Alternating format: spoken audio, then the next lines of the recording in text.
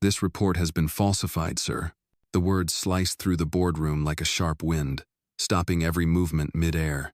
All eyes turned toward the doorway, where Maya Williams stood 17 years old, wearing a navy sweatshirt, hair in a neat braid, and a visitor badge dangling slightly askew from her neck. Her voice hadn't wavered, but the silence that followed her statement trembled with electricity. Richard Stratton, CEO of Stratton Capital Partners and Maya's godfather, looked up from the document on the table. His pen hovered just above the signature line. The boardroom had been bathed in quiet confidence. Only moments earlier, the final review of the company's quarterly financial report before its public filing. A historic IPO was days away. Investors were eager, reporters already circling. And now, this. "What did you say?" Richard asked, slowly straightening in his chair. Maya didn't blink. "That report isn't accurate. I checked the figures for Project Elevate. There are fund allocations in there that don't match the city's transparency portal. And 2 of the vendor companies listed don't exist outside of paper." Emily Knox's chair creaked as she leaned forward. "This is absurd," she said, attempting a cool laugh. "She's a child. She doesn't understand what she's talking about." But Maya didn't flinch. "The same vendor was registered to a suburban mailbox in Waco. I found 3 identical invoices with different totals. One of them had your initials at the bottom, Emily." The air stiffened. Richard's hand, still holding the Mont Blanc pen, began to lower. "Maya, how did you even see this report?" he asked carefully. "I was waiting for my mom after school. She works in accounting on the 3rd floor. Someone left a copy on the printer. I took a photo. I wasn't looking for anything, but something felt off. So I compared the numbers, and then I couldn't unsee it. I wasn't looking for anything, but something felt off. So I compared the numbers, and then I couldn't unsee it. That's the thing about truth. It doesn't need a title or a podium, just someone brave enough to name it. If this story moved something in you, tap the like button to let us know you're here, and drop a comment telling us where in the world you're watching from. We'd love to know where this moment is reaching hearts." Emily gave a tight smile, her tone suddenly more urgent. "Rick, let's move on. We've spent weeks verifying these figures with the finance team and the attorneys. We can't delay the process every time someone makes a dramatic claim. Just sign the report. The underwriters are already prepped." Richard didn't respond. "Darling," she added, softer now, "don't let emotion cloud your judgment. We're doing this together, remember?" But that was precisely what made Richard pause. Emily's urgency, her sudden push to sign, the way she'd brushed off Maya's concern with rehearsed dismissal instead of disbelief. Richard looked again at Maya. Her eyes weren't angry. They were steady, scared, maybe, but not wrong. "I'd like a few hours," he said finally, setting the pen down beside the report. "Rick," Emily began, her voice rising slightly. "I said a few hours," he repeated, more firmly this time. Emily's jaw clenched, but she nodded. The room began to clear, murmurs passing between the executives like wind through dry leaves. Maya didn't wait to be thanked. She turned and walked quietly out of the room, leaving behind a single sentence that rang louder than any boardroom debate. "Numbers don't lie, but someone here is." As the door closed, Richard remained seated, staring at the report, no longer a symbol of progress, but a question waiting for an answer. And for the first time in a long time, he wasn't sure which part of his empire was real and which part had been carefully, dangerously constructed to deceive. Richard Stratton didn't leave the boardroom right away. Long after the others had filed out and the door hissed closed behind Maya, he sat in silence, the report still lying in front of him like a confession unsigned. The words of his goddaughter echoed in his mind, sharp, unsettling, and impossible to ignore. "Numbers don't lie, but someone here is." It wasn't the first time something had felt off. Not obvious. Just small moments. Tiny inconsistencies. Emily missing a few meetings, citing last-minute calls with finance counsel, budget reviews rushed, vendor names that blurred together, never questioned. And yet, he had brushed it all aside, because trusting Emily had become convenient. He reached for the report again, and flipped to the Project Elevate section. A $12.4 million line item for community outreach, a subvendor called Bridgecore Solutions, another called Horizon Grantworks. On paper, they sounded legitimate, but in his stomach, something pulled tight. At 7 p.m., Richard arrived home. His penthouse overlooked Allen Parkway, the city lights glowing dimly against the early evening haze. Emily was already there, standing barefoot in the kitchen, swirling wine in a long-stemmed glass. "You didn't sign," she said without turning. "I said I needed time," Richard replied, slipping off his blazer and hanging it neatly on the back of a chair. Emily finally looked at him.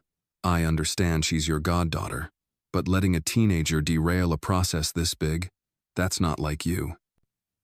He studied her face. There was no fear, no guilt, just irritation masked with calm. "I'm not derailed," he said. "I'm verifying.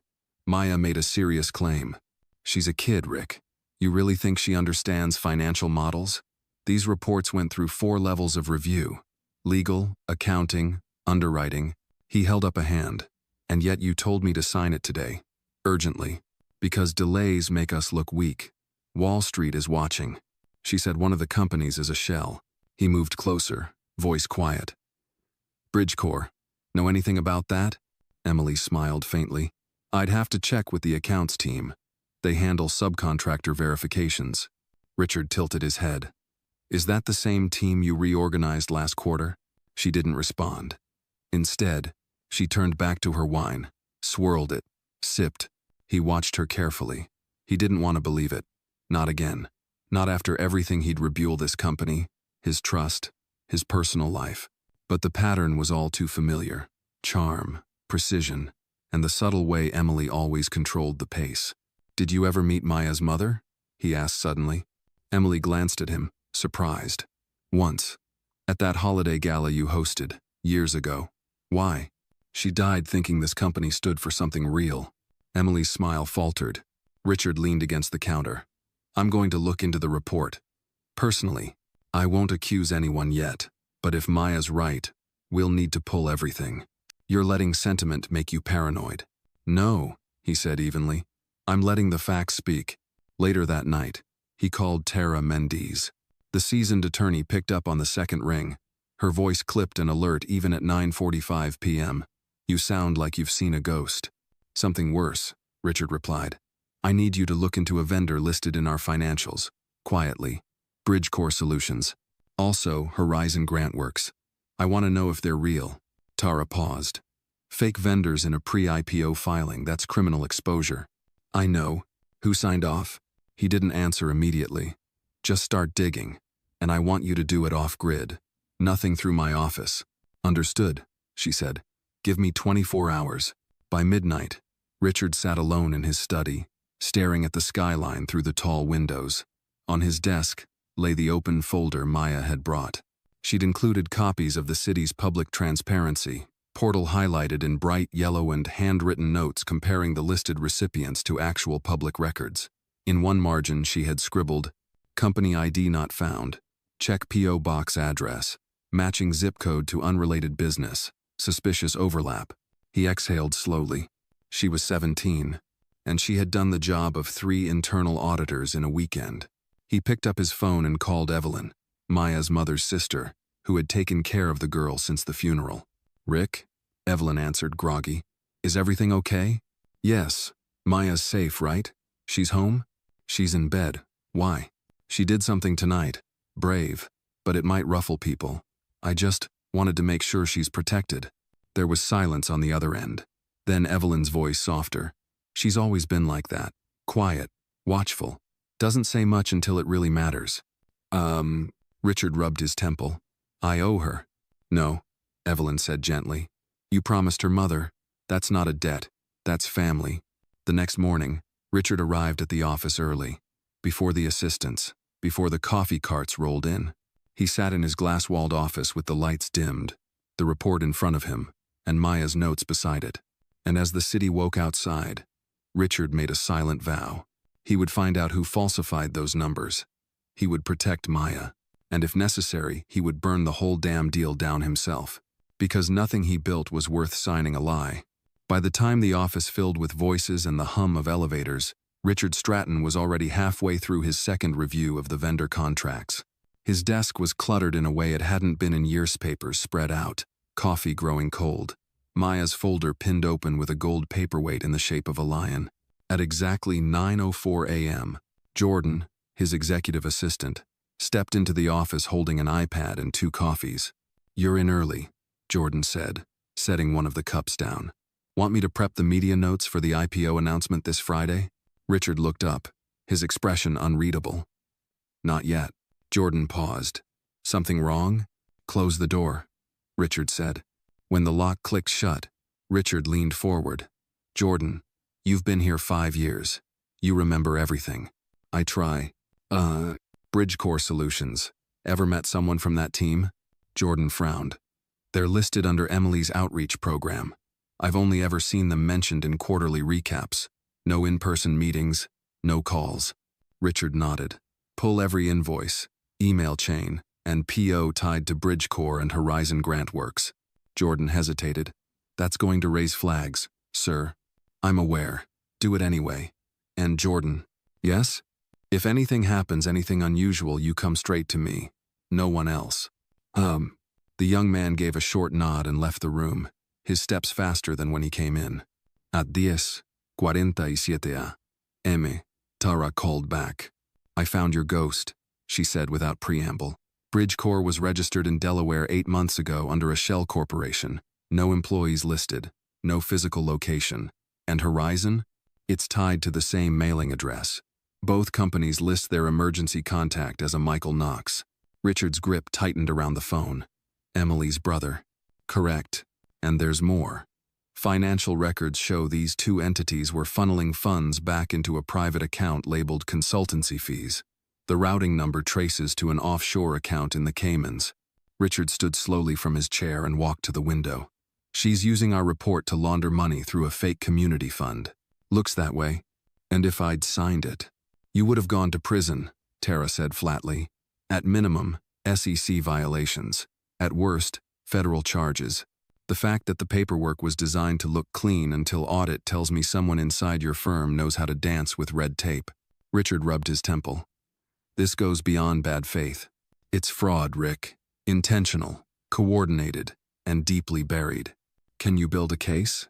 "I already started," she replied. "But you'll need one more thing, someone inside. A name, a voice, a witness to prove you didn't know." Richard's mind went to Jordan, loyal, quiet, observant, but too afraid to speak. And then it landed on Maya. "No," he thought. "I've put enough on that girl already." He ended the call and turned back to his desk. That's when he noticed it. A printed copy of a reimbursement form. It was tucked beneath the main report left behind, perhaps, from yesterday's meeting. The signature at the bottom wasn't his. It was forged. Emily had signed his name. Not with exact imitation, but close enough that it would pass casual scrutiny. But he knew his own hand. And this was betrayal written in ink. By lunch, Richard had made a decision. He called Maya. She answered on the second ring, her voice cautious. "Mr. Stratton? Hey kiddo, you busy?" "Just algebra." "Why?" "I'd like to see you. There's something I think you should know. Meet me at the old diner. Your mom's favorite." When Maya arrived, she was wearing the same navy sweatshirt from the night before, her backpack slung over one shoulder. She slid into the booth across from him, the sun from the window lighting the curve of her cheek. "Are you in trouble?" she asked. Richard smiled sadly. "Not yet, but maybe soon." She watched him. "You believe me now?" "I do. And I owe you more than I can say." He slid a photocopy of the vendor registry across the table. "You were right. About everything." Maya's eyes scanned the page quickly. Then she looked up. "So what happens now?" "I'm building a case, quietly, carefully. I have a lawyer, a few people inside I can still trust, but I need time." Maya hesitated. "You know they won't wait. If they know you're not going to sign, they'll find another way to bury it, or bury you." Richard chuckled, but it sounded tired. "I'm aware." She pulled a folded paper from her bag. "Then you'll want this." "What is it?" "It's a zoning complaint I drafted. There's a clause in Project Elevate that claims city approval for a new housing block, but that land was already designated for green space. I confirmed it on the city's public planning map. It's fraudulent." He unfolded the paper slowly, reading the typed paragraphs. Her formatting was clean, her citation flawless. "You did this, alone?" She shrugged. "Google's free." He stared at her for a long moment. You're 17, and you've done more for this company in 3 days than most of my executive team in 3 years. Maya looked down. I didn't do it for the company. He nodded. I know. As they stood to leave, Richard reached out and touched her shoulder. I need you to stay safe, Maya. From here on, they'll see you as a threat. She looked him in the eye. Then let them be afraid. Richard watched her walk out into the Houston afternoon, the light catching on the edges of her braid. In his chest, a heaviness lifted. Not all the way, but enough. He knew now. This wasn't just about cleaning up a report. It was about protecting the truth, and the girl who dared to speak it. The sun was just beginning to set when Maya stepped off the city bus near her apartment complex. She pulled her hoodie tighter as the wind picked up, her backpack thudding softly against her side. The streets were familiar, the cracked sidewalks and leaning mailboxes like quiet old neighbors, but tonight, something felt different. She noticed it before she reached the stairs. A black SUV parked half a block away. Windows tinted, engine off, still as a statue. She didn't stop walking, just moved a little faster, turned the corner into the courtyard, then slipped inside her building without looking back. Upstairs, Evelyn was at the stove, sautéing onions in a cast-iron skillet. She turned as Maya walked in, her smile fading when she saw the girl's face. What is it? There's a car parked outside, Maya said. It hasn't moved since I got off the bus. I think someone's watching. Evelyn wiped her hands on a dish towel, moved to the window, and peeked through the blinds. Her shoulders stiffened. You're sure? They didn't follow me. But they're not just passing through either. Evelyn crossed to the kitchen table, picked up the landline, and dialed. I'm calling Richard. Maya didn't argue. She sat down and tried not to let her hands shake. 20 minutes later, Richard stood outside the apartment door, flanked by 2 plainclothes security personnel. He looked more tired than usual, his collar slightly askew, tie loosened, but his voice was steady. You did the right thing calling me, he told Evelyn, stepping inside. You both okay? We're fine, Evelyn said, her voice clipped.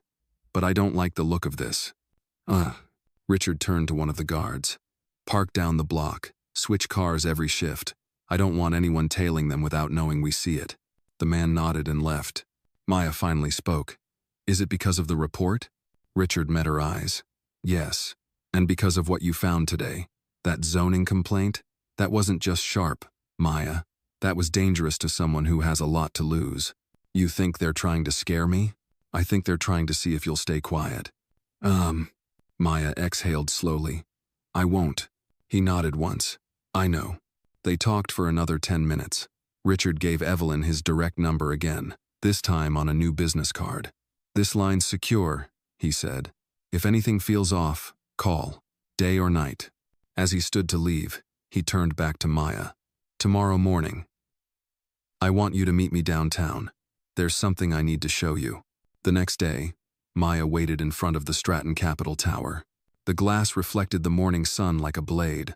People passed her in tailored suits and polished shoes, none of them paying attention to the teenage girl in jeans and a plain white tee. At exactly 8:15, Richard stepped out and waved her inside. The lobby was cavernous marble floors, long panes of sunlight spilling across clean lines and silver fixtures, but Richard didn't stop there. He led her through a side hallway, down a quiet stairwell, and into a basement level where few employees ever went. This is our records room, he said, unlocking a reinforced door with a digital key code. Most of the company's internal documents are digital now, but some of the originals, they're still kept here, for legal reasons. They entered a cool, dim corridor filled with locked filing cabinets and steel shelves. I've been looking at every version of the Project Elevate proposal since its inception. Emily submitted the first one last year, but here, he pulled a binder from a low shelf, is where the pattern starts. Maya stepped closer. The pages were lined with notes, initials, and revisions. She changed the scope 3 times, Richard explained. Each time, the vendor names stayed the same, but the budget increased, quietly, and none of those changes went through the board. Maya flipped through the tabs. She slipped it through? She orchestrated the timing so the changes landed during holiday closures, buried them in subcommittee minutes. I missed it. Maya looked up at him. That wasn't your fault. Richard gave a small, sad smile. It is. I let my trust get ahead of my caution, and she knew it. They went through 2 more binders before Maya stopped. Wait, what's this? She pointed to a scanned PD-Fan invoice addressed to Northbridge Consulting. It had been processed under the Elevate budget, signed off by R. Stratton. That's not your signature, she said immediately. Richard leaned in, his jaw tensed. Number, it's not. Maya opened her backpack and pulled out her tablet. Remember that routing number I found on the Horizon invoice? I ran it through a public records filter. It matches with Northbridge's bank account. It's the same shell company. He stared at her. You did that last night? She nodded. And there's more. I think the payment trail leads back to one of Emily's old real estate investments. A closed-down church outside of town. On paper, it's a renovation project. But there's no construction permit filed. Richard sat back, stunned. She's using abandoned property to wash the money. That's what it looks like. He stood, then paced once. You realize what you've just done? Maya shrugged. Connected dots no one wanted connected. He gave a low chuckle, but his face remained serious. This is more than fraud. It's conspiracy, possibly racketeering. So what now? Maya asked. He looked at her. Now, he said, we gather everything. Because next time we walk into that boardroom, we're not asking questions. We're showing answers. And for the first time in years, Richard Stratton felt something return to his spine that he hadn't felt in a long time. Resolve. Not to salvage what was broken, but to burn away the rot and build something clean, starting with the truth, and a 17-year-old girl who refused to stay silent. That afternoon, Richard sat alone in his top-floor office, the city of Houston sprawling below him, quiet under the press of early summer heat. The blinds were half drawn, diffusing the sunlight into soft gold that didn't quite reach his desk. His computer screen glowed dimly in front of him, and on it, the routing trail Maya had uncovered blinked like a digital heartbeat. From Northbridge to Horizon, to Bridgecore, to an unmarked account in the Cayman's each transfer tucked neatly behind consulting fees and PR allocations, all signed off with his name, all forged. He leaned back in his chair, staring at the ceiling as the weight of it pressed into his ribs. Emily, the woman he had nearly proposed to 3 months ago, the woman who had helped draft the IPO press release and picked the champagne for the celebration he now knew would never happen, his fiancée, his CFO, the one person he'd let too close. A knock came at the door. Jordan stepped in, carefully closing it behind him. Sir, I think you should see this. He held out a flash drive, his hand shaking slightly. What is it? Richard asked. Jordan glanced around, lowered his voice. A call recording.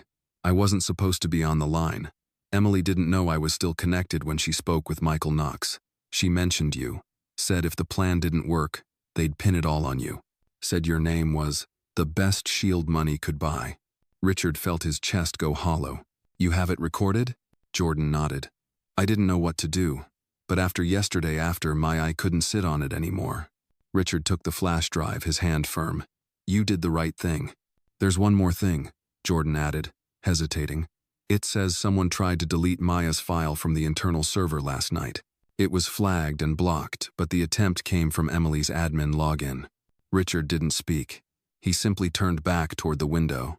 Later that evening, Richard pulled up outside a familiar restaurant in Midtown. Marseille, high-end, discreet, with a private corner booth she always preferred.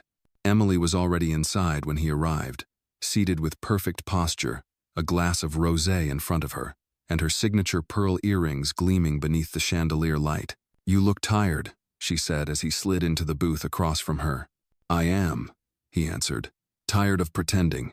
Emily's smile froze, then recalibrated. What's that supposed to mean? He reached into his coat pocket and pulled out a printout Maya's zoning complaint, stamped and verified by city records. He laid it on the table between them. You lied to me, he said quietly. You lied to everyone. Emily didn't touch the paper. Her fingers stayed curled gently around the stem of her glass. I don't know what you think you've found. I found the shell companies, the false invoices, the offshore accounts, the forged signature on a document filed in my name. And I have the routing numbers, Emily. I have the recording. She didn't blink, didn't flinch. Instead, She leaned forward and said in the same voice she'd used during quarterly earnings calls, "Then you better hope none of it leads to you." Richard stared at her. "That's the game, Rick," she said. "You can claim innocence all you want, but your name's on every document, every report, every file. The board won't care what Maya found. They'll care about what you signed, or what they think you signed. You forged my name. You trusted me to handle it. No one will question that. You were always too proud to ask for the details. And now, if this IPO dies, it's not just your company, it's your legacy." He sat back slowly. "So that's the plan. Burn the house down and hope the smoke hides the bodies." Emily finished her wine in one slow sip.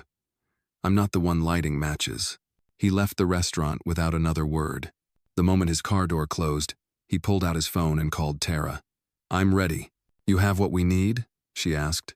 "I have more than enough, and I'm not hiding behind anything anymore." Oh, that night, Richard met Tara and Jordan in a private underground garage beneath a government building downtown. He handed over the flash drive, Maya's folder, the zoning complaint, the forged documents, and a new file photos of Emily and her brother meeting twice in the past week, taken by a hired investigator. They were laughing, sharing a drink, reviewing something on a tablet. "She never even flinched," Richard said, voice flat. "She doesn't think she'll be touched." Tara's expression hardened. "Then we'll make sure she's wrong."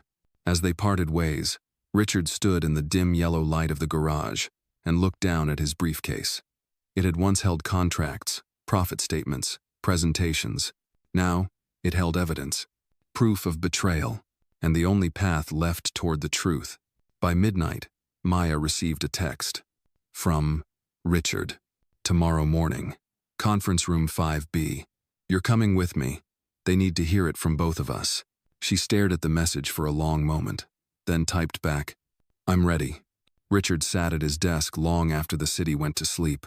The report still lay there unsigned, unshredded. A reminder of how close he had come to becoming another silent signature in a sea of corruption. He turned off the light. Tomorrow, the reckoning would begin. Not in whispers, but in full, undeniable light. At 9 a.m. sharp, the boardroom on the 23rd floor of Whitmore Holdings was already half full. The morning sun poured through the towering windows, casting clean lines of light across the long oak table. Suits and ties rustled. Coffee steamed in branded mugs. There was tension in the air, not the usual tension of quarterly earnings, but something thicker, more electric, like a storm that had yet to break. Richard entered first.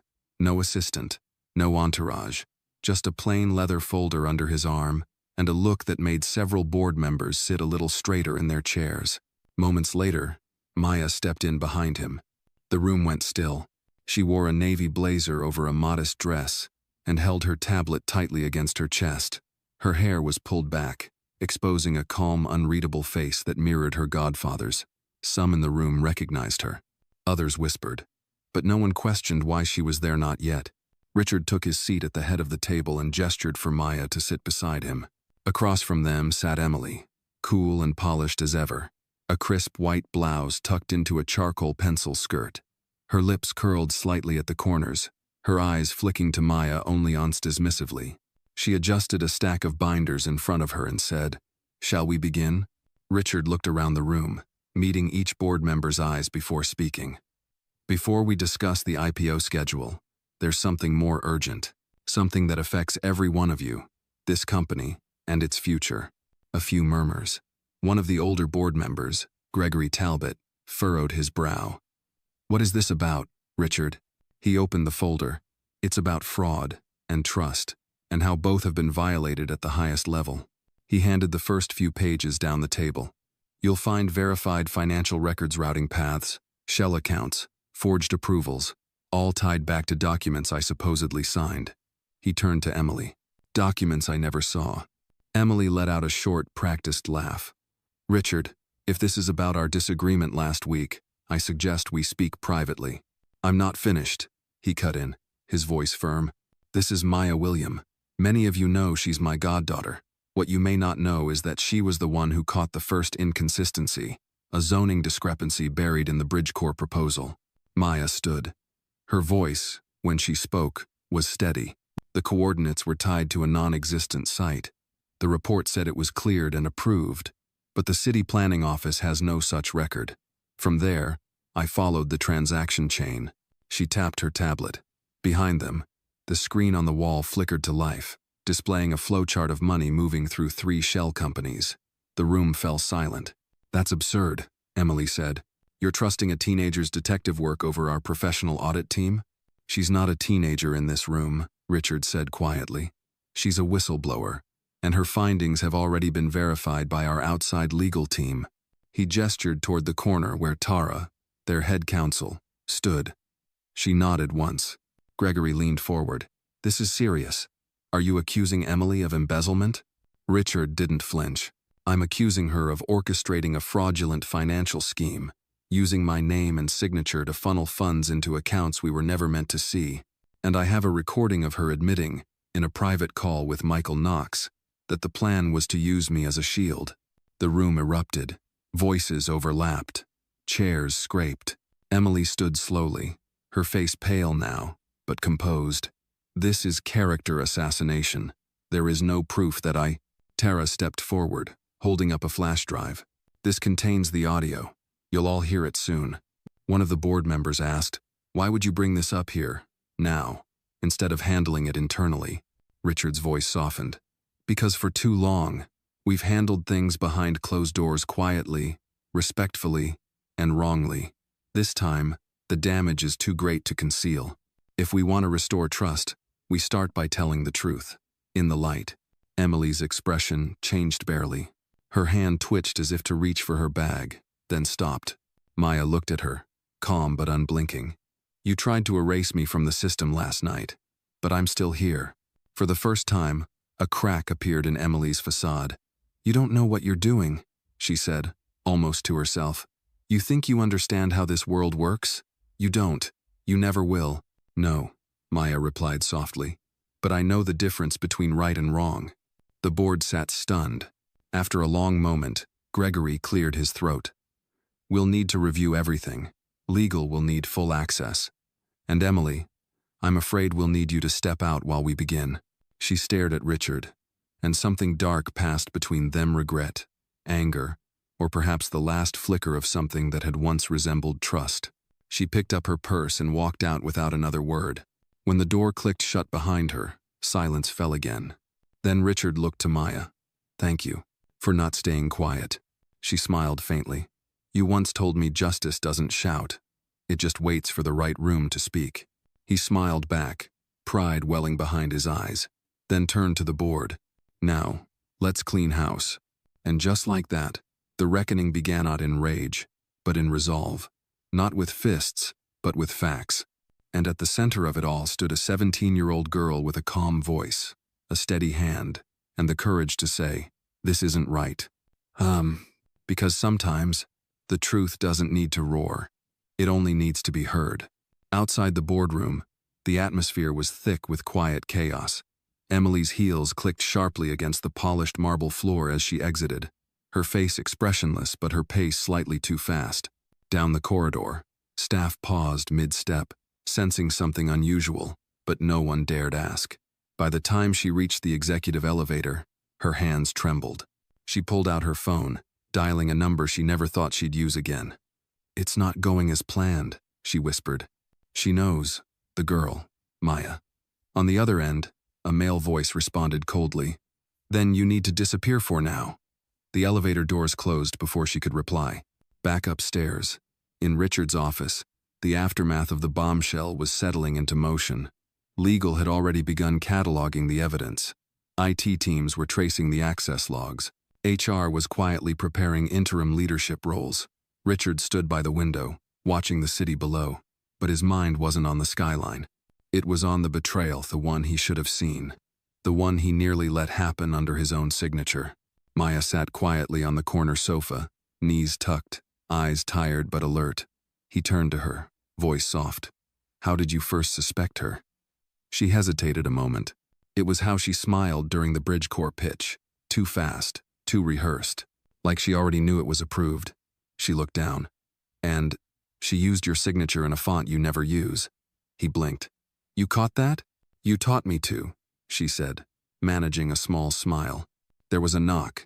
Tara stepped in, holding a thick file. "We found something," she said. Emily made a phone call just before the presentation, encrypted, routed through 3 VPNs. But our team traced the endpoint.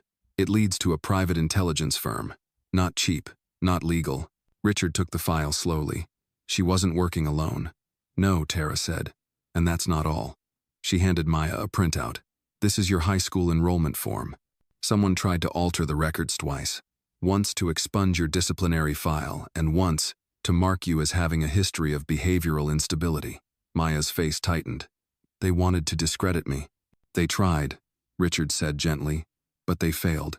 Maya's eyes burned, not with fear, but focus. She's not running alone. Someone paid her. She doesn't need the money, she needs protection. She's covering for someone bigger. Richard turned to Tara. "Get Knox in here, now." Half an hour later, Michael Knox entered, his tailored gray suit flawless, but his expression tense. Richard wasted no time. "You once vouched for Emily, said she'd never move a dollar without documentation. Care to explain these?" He tossed down the forged papers, the shell company records, and a timeline of her calls. Knox's eyes scanned the documents. Slowly, he sat down, his fingers lacing together. "You're assuming I knew, didn't you?" Richard asked. "No," Knox replied, meeting his gaze. "I suspected she was hiding something, but I thought it was personnel nothing that would affect the firm." "Then explain this," Maya said, holding up her tablet. "On the 4th of March, she made a wire transfer to a Cayman account registered to Marigold Estates LLC. You're listed as an authorized user on that company's registration." Knox flinched. For a moment, the room was silent. Then he sighed. It wasn't supposed to go this far. Marigold was insurance, a slush fund in case the board pushed back on the acquisition. "Emily moved the money without telling me the source." "That's not a mistake," Maya said. "That's collusion." Knox leaned forward. "I didn't know she'd forged the reports. I didn't know she'd put Maya in danger. But yes, I let the money go through.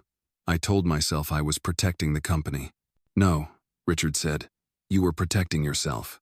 Knox looked down. He had no defense. "I'll step down," he said quietly. "Effective immediately." Tara nodded. "We'll need a full statement. Legal's already drafting charges. If you cooperate, it may help."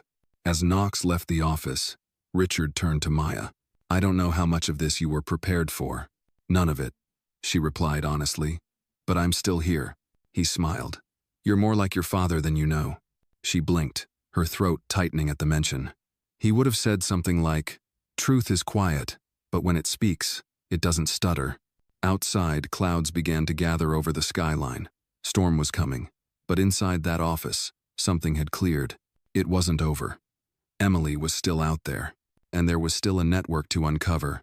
But for the first time, they had a name, a trail, and a girl brave enough to follow it. The next morning broke cold and gray, the kind of overcast Austin sky that made even the glass towers of downtown feel muted. In the penthouse office of Rains Global, Richard sat at his desk, eyes fixed on the small photo tucked inside a weathered leather notebook. Maya, at age 8, beaming beside her late father, Jamal William. After a camping trip near Lake Travis, Richard's fingers brushed the edge of the image. His goddaughter had grown into the kind of woman he used to believe only existed in story sharp, brave, unshakably honest. And now, that honesty had torn a hole through the center of his firm. The door opened softly. Maya stepped in, wrapped in a long coat, her hair still damp from the mist outside. "Morning," she said. "Morning, kiddo," he replied, gesturing to the seat across from him. "You sleep at all?" "A few hours," she said. "Enough to know I'm not crazy. Emily's still out there, and she's probably watching." Richard nodded. "We have our team on her financials. She's got properties in Belize, Vancouver, a few LLCs registered in Nevada and Wyoming. She didn't plan this overnight. And whoever she's covering for," Maya added, "they're not going to sit still." Tara entered carrying a slim envelope. "Intercepted this through one of Emily's shell companies," she said. "No return address. But it was meant for you." Richard took it, slid a letter opener along the seal. Inside was a single sheet of linen paper, typed in bold serif font, just one sentence. Tell the girl to stop, or the next signature she sees will be on a death certificate. Maya leaned over, reading the line. Then she leaned back, eyes narrowing. So now they threaten me? Richard folded the paper and placed it gently on the desk. They're scared. Tara tapped her tablet. We've got a potential location. Emily accessed a secure cloud file from a VPN pinging off a property in Galveston. We cross-referenced utility bill sits in the name of Delilah Knox. Michael's sister? Maya asked. Exactly. We think Emily may be hiding there. Richard stood. We go carefully. I don't want you involved in the retrieval, Maya. I'm not sitting this out, she said calmly. I'm not asking you to storm the gates, but I need you here. If Emily's smart, she left a backdoor something digital, something we can use to nail the whole web. Tara nodded. We'll handle Galveston. But Maya, check your father's old files. If anyone knew how to move unnoticed, it was Jamal. Maya returned to her apartment that evening, the wind rustling through the oak branches outside her window. She pulled out the old fireproof box from her closet, the one her father told her to keep sealed, until she felt the world stop making sense. It stopped yesterday, she whispered, opening the latch. Inside, yellowed papers, an old pocket recorder, a faded blue keycard marked Southgate Storage, and a small flash drive. She plugged it into her laptop, holding her breath. The folder was titled Phoenix. It opened to reveal audio logs, conversations, snippets of surveillance, most labeled with dates and codes. One stood out, RG0 4.12 Emily, midnight call. She clicked play.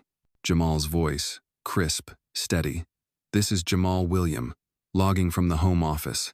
I've intercepted a conversation between Emily Lawson and an unidentified male regarding Project Phoenix, a financial acquisition plan using falsified environmental compliance data to inflate market valuation.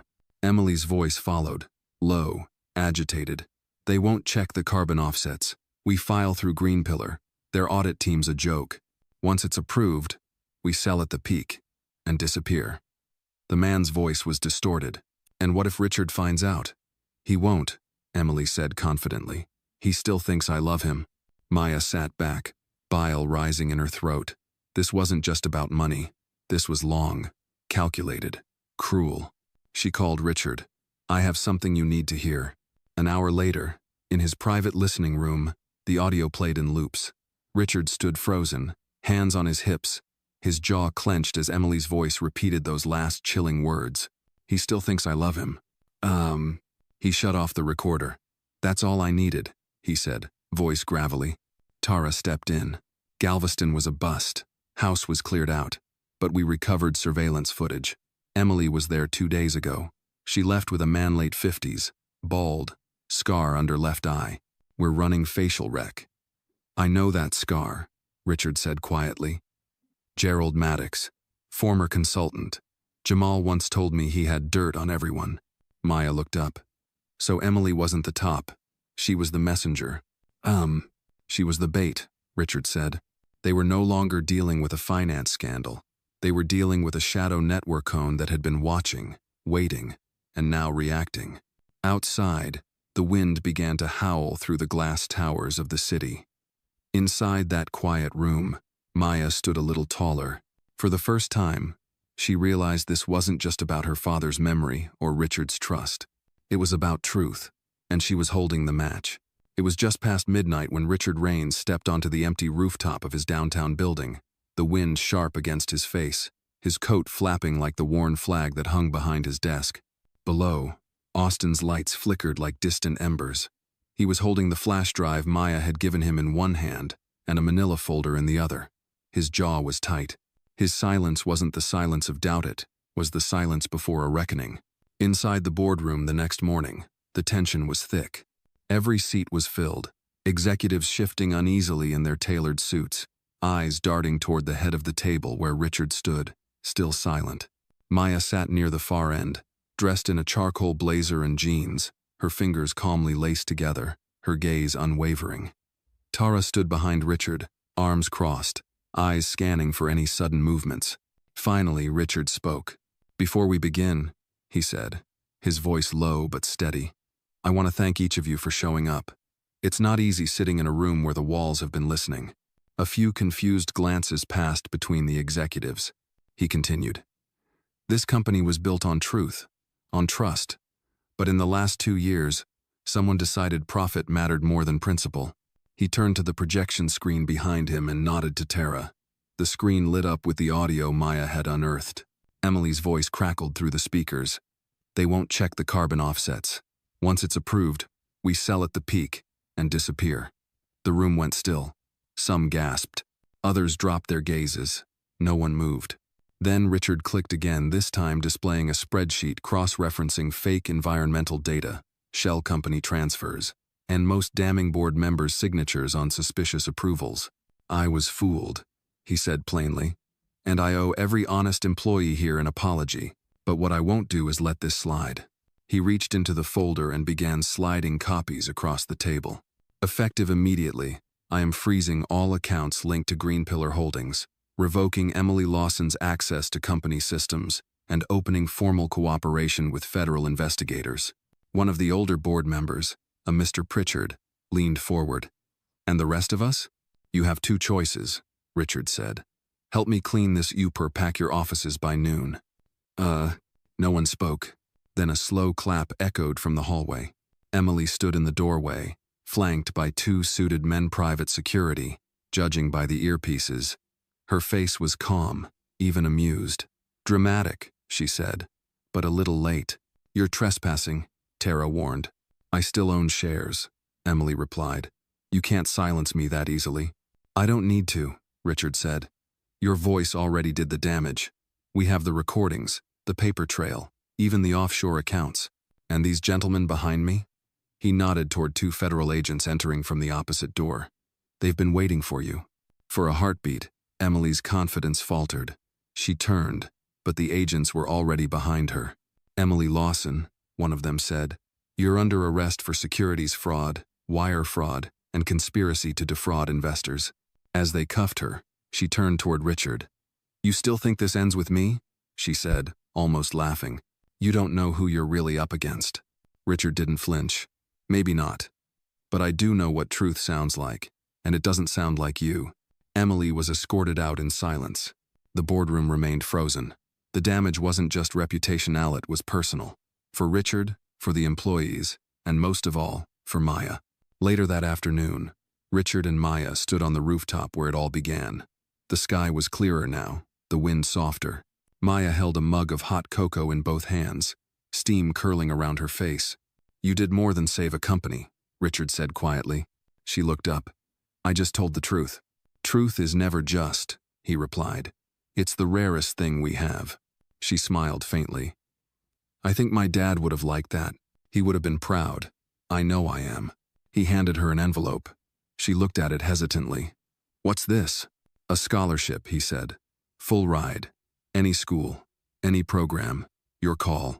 Her eyes welled, but she didn't cry. Instead, she said, only if I get to intern at Rains Global next summer. He laughed. You've already been running the place. They stood quietly for a long while, the city humming below them. The sun was beginning to set, casting gold light over the skyline. Maya took a deep breath. You know, she said, sometimes justice doesn't come like thunder. It comes like a whisper. Richard nodded. And sometimes, he added, that whisper is enough to bring down an empire. The rooftop fell into silence again, but this time, it was peaceful. This time, it was earned.